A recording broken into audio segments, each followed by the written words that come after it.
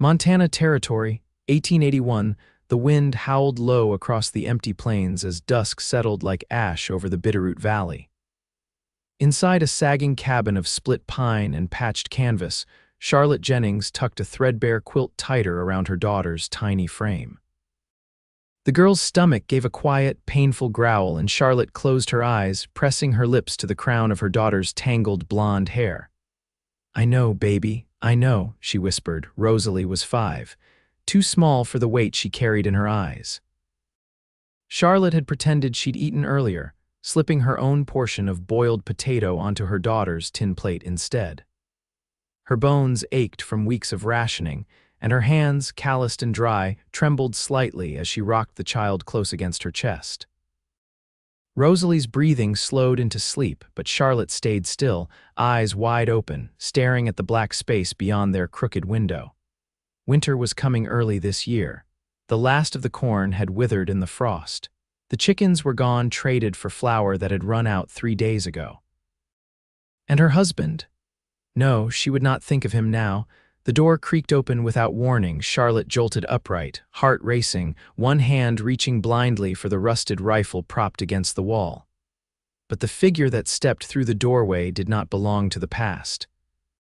He was tall, broad-shouldered, with dust on his coat and a lasso coiled at his hip.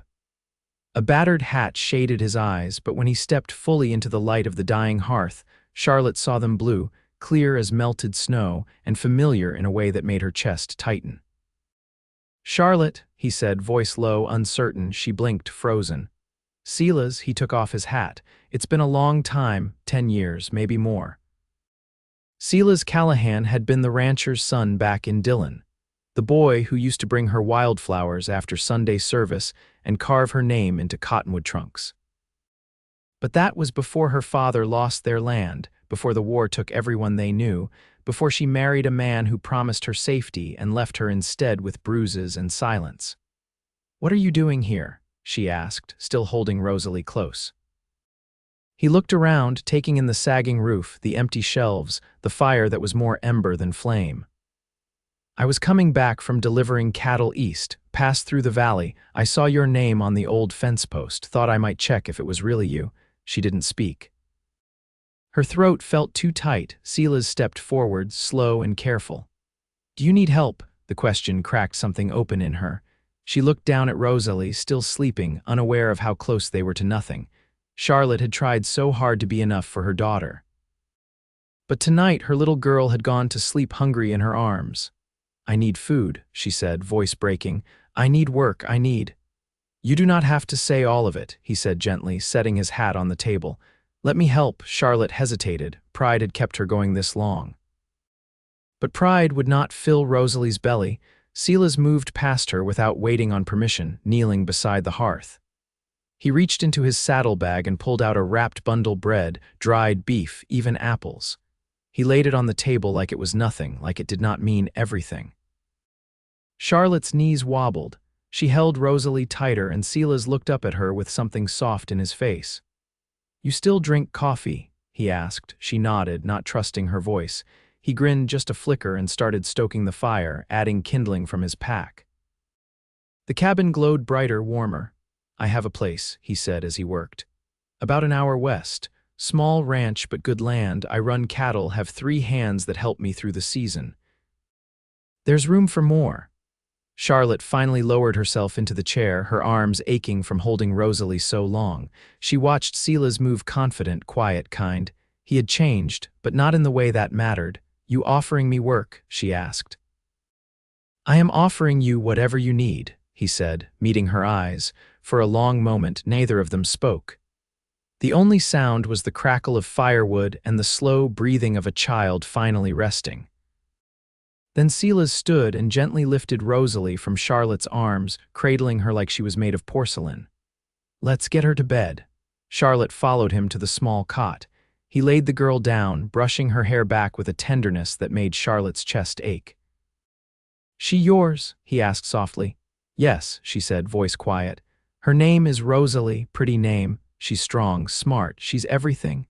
Silas turned to her, eyes lingering. Must take after her mother. Charlotte looked away, not ready to feel all that stirred inside her. "Let me stay the night," he said. "I will sleep by the fire.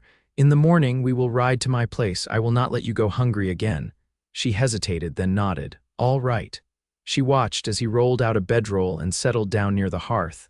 The silence between them was not heavy.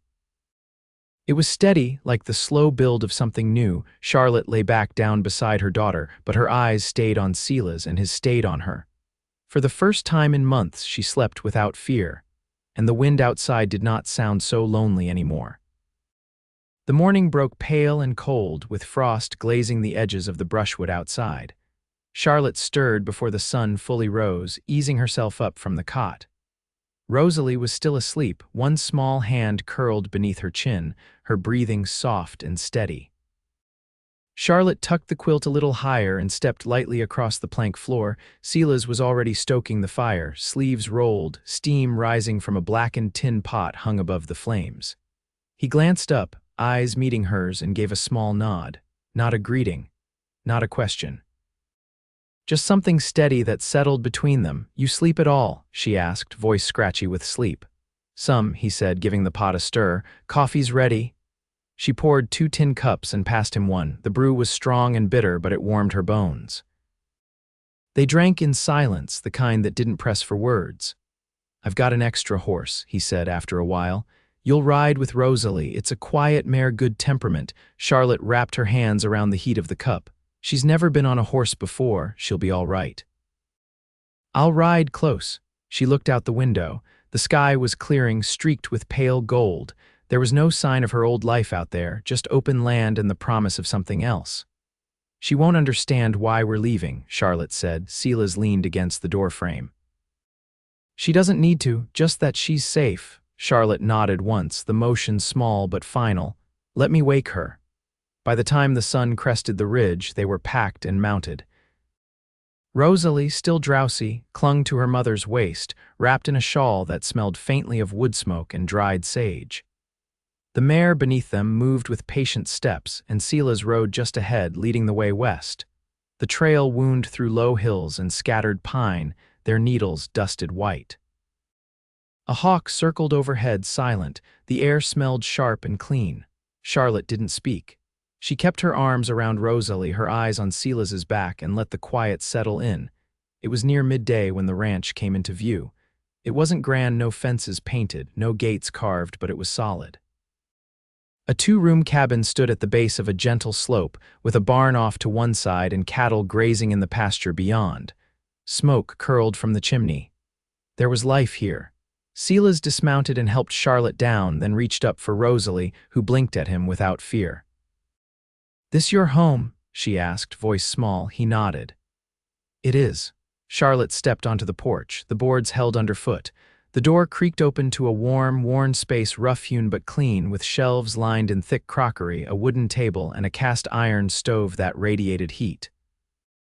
"Left side's yours," Silas said. "I'll sleep in the barn for now." "You don't need to do that," Charlotte said. "We'll take the barn."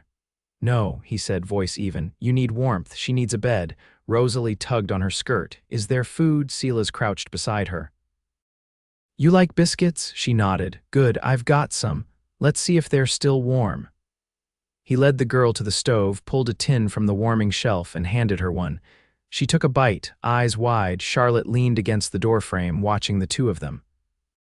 Silas didn't speak much, didn't try to entertain. But he handed Rosalie a second biscuit without being asked, and when she spilled crumbs, he brushed them away without fuss. Later, while Rosalie napped in the corner cot, Charlotte stood outside, arms crossed against the breeze. Silas was mending a section of fencing near the barn, sleeves rolled, hammer rising and falling in a steady rhythm. She walked to him slowly. "You built all this?" she asked, piece by piece. He didn't stop working. She watched his hands, the way his fingers curled around the wood, precise and practiced. "You ever think about leaving?" she asked. "Thought about it," he said. "But the land keeps me honest, and I don't mind the quiet." She looked past him toward the pasture. "It's more than quiet. Feels like something could start here." He met her eyes then. "Maybe it already has." Charlotte didn't answer. The wind stirred her skirts and the sun slid behind a cloud. But inside her chest, something opened, not sudden, not loud, just sure. She turned back toward the house. I can cook supper tonight, Silas nodded. There's venison jerky in the cellar and beans should be enough. As she walked away, she felt his eyes on her, not heavy, not expectant. Just there, Rosalie was stirring when she stepped back inside, rubbing her eyes with the back of her hand. "Where are we?" she asked. "Somewhere new," Charlotte said, brushing the girl's hair back. "Somewhere better." And for the first time in too many years, she meant it. The days settled into rhythm, not easy but steady. Charlotte rose before the frost burned off the grass, pulled water from the well, and set beans to soak while Rosalie helped gather kindling with her small hands red from the cold. Silas never asked for more than she offered, but the work was there. Waiting saddles to oil, shirts to mend, bread to knead, calves to check. One morning, after Rosalie had gone down for a nap, Charlotte stepped into the barn with a tin pail and found Silas wrestling with a stubborn bridle. He didn't notice her at first. A black and white gelding shifted restlessly, ears flicking. "You're pulling that strap too tight," she said. He looked up, surprised, then let the leather slacken. "You always know when I'm doing something wrong. I mostly notice when men force things that don't need forcing." Silas gave a quiet huff through his nose and held out the bridle. "Show me then." She stepped forward, took the worn leather in her hands, and worked the strap through the buckle with a slow, practiced turn. The horse stilled beneath her touch. Silas watched her hands, not saying anything. When she finished, she handed it back. "Better," he said. "I know." They stood there a breath longer than they needed to. Dust motes floated between them. Charlotte wiped her palms on her skirt. "You ever think of selling this horse?" she asked. "Not this one. He belonged to my brother." Her gaze shifted. "He passed year after the war ended. Fever took him down quick." She nodded once, not asking more. "Rosalie's father," he said, careful. "He gone. He left us in Miles City. Took the coin we'd saved for winter, and I never saw him again." She didn't flinch when she said it, but her hands curled in on themselves. "We walked near 30 miles before a trapper took pity and brought us as far as the Bitterroot." Silas's jaw tensed, but he said only, "You don't have to tell me more. I know, but I might want to, one day." He nodded.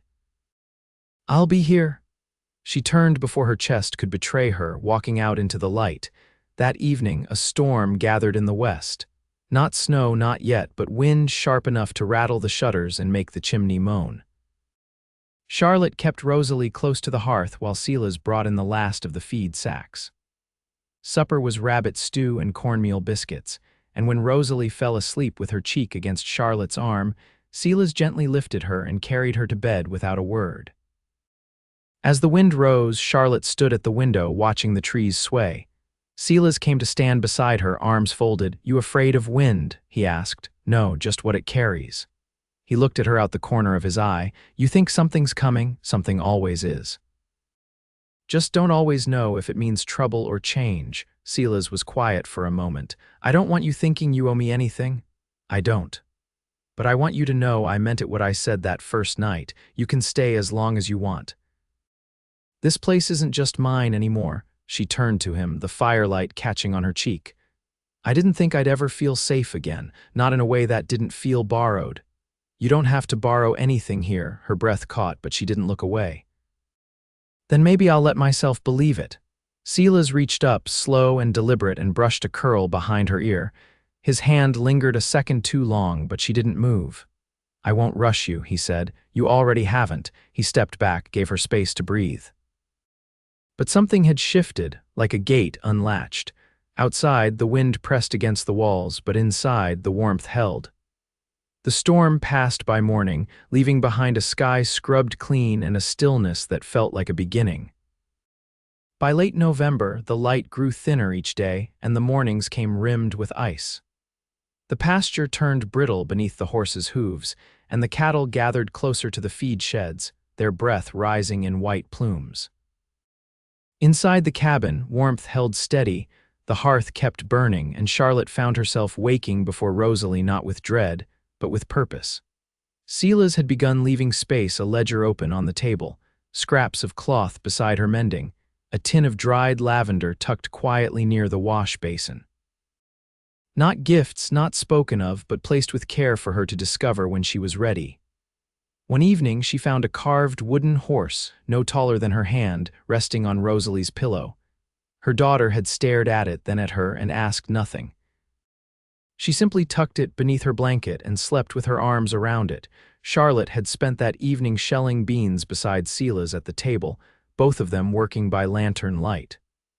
The silence had changed by the not absence, but a kind of understanding. She had just begun to speak when he said, "I've been thinking on building another room."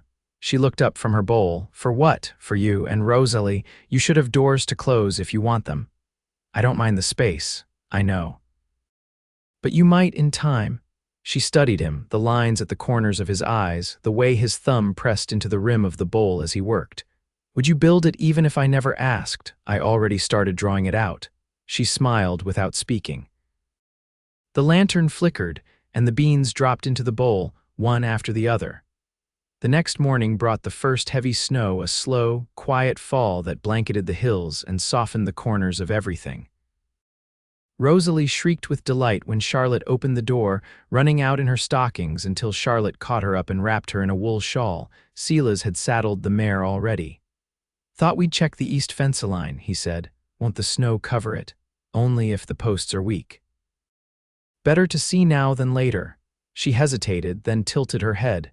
"You want me to come?" "I don't ask unless I mean it." Charlotte looked down at Rosalie, who was tugging at her sleeve.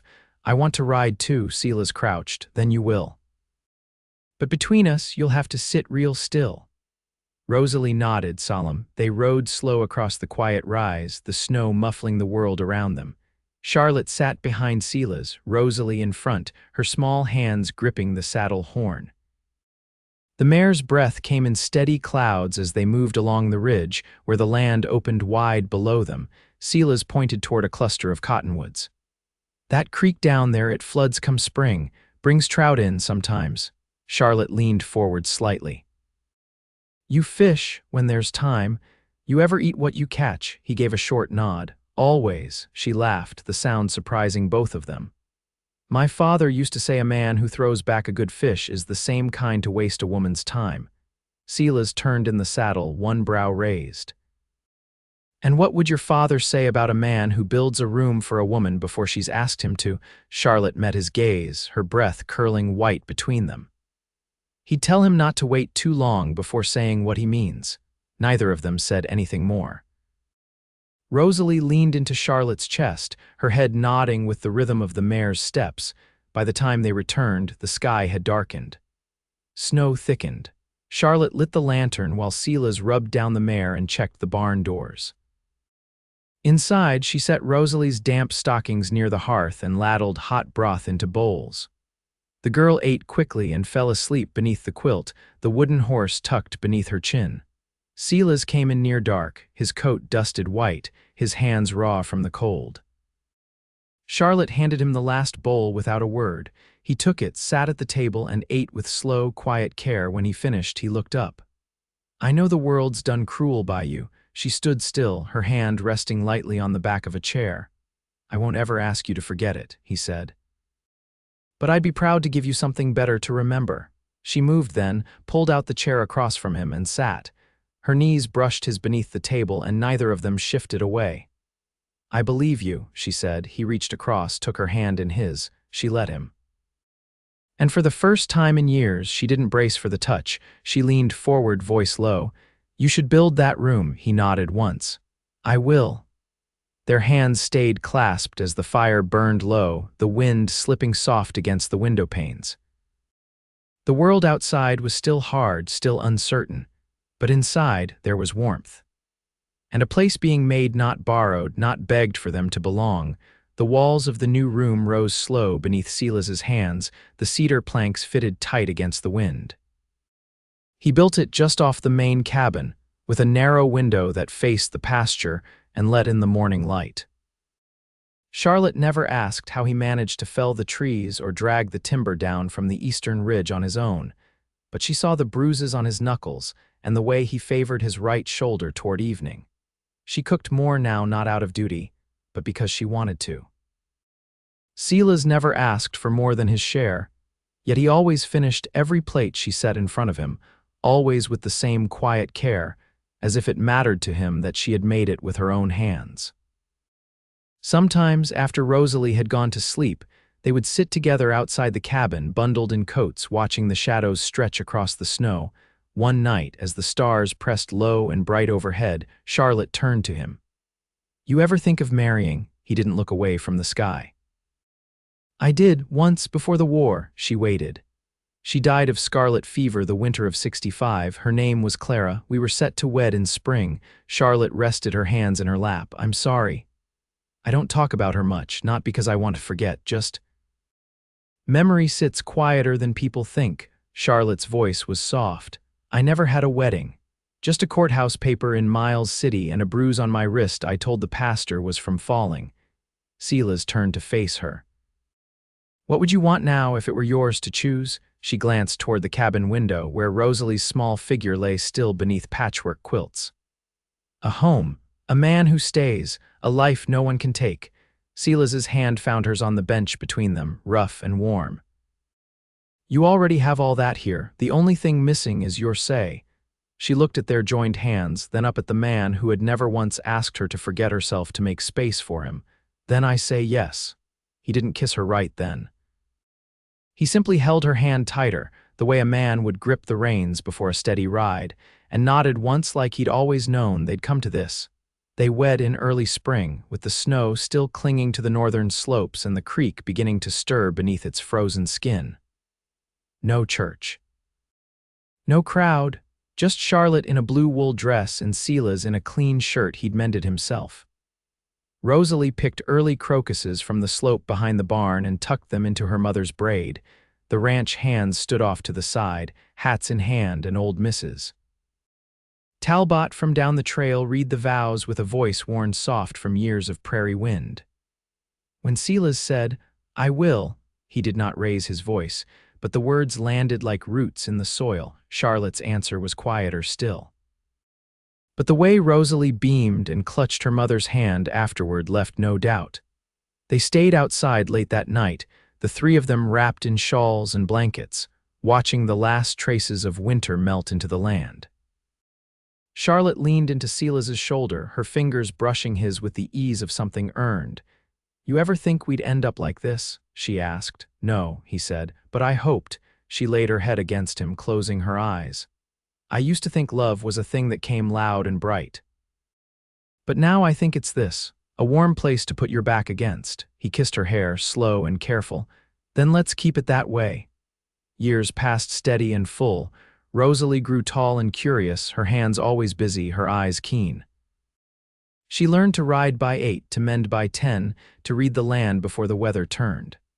Charlotte taught her to cook, to sew, to hold her chin up when the world pressed down. Silas taught her to shoe a horse, to watch the clouds for hail, to speak only when she meant it. The ranch grew too. A new barn came up by the 5th year, and 2 calves born breech survived because Charlotte stayed through the night beside the heifer, her hands steady, Silas's voice low beside her. They never spoke of the life before, not because they feared it, but because it no longer held power over them. One evening, as the sun dropped low and gold across the field, Silas stood at the fence line, watching Rosalie lead the mare across the pasture. Charlotte came up behind him, wrapping her arms around his waist. "She's strong," he said. "She had to be," he turned, brushing a bit of sawdust from her shoulder. "You ready for a quiet year?" she smiled. "With you, never quiet, but always good." He pulled her close, lips brushing her temple. "Always." And so it was, the land changed, seasons came and went. But inside their home, the fire never failed and the warmth between them held. Charlotte laughed more. Silas slept easier.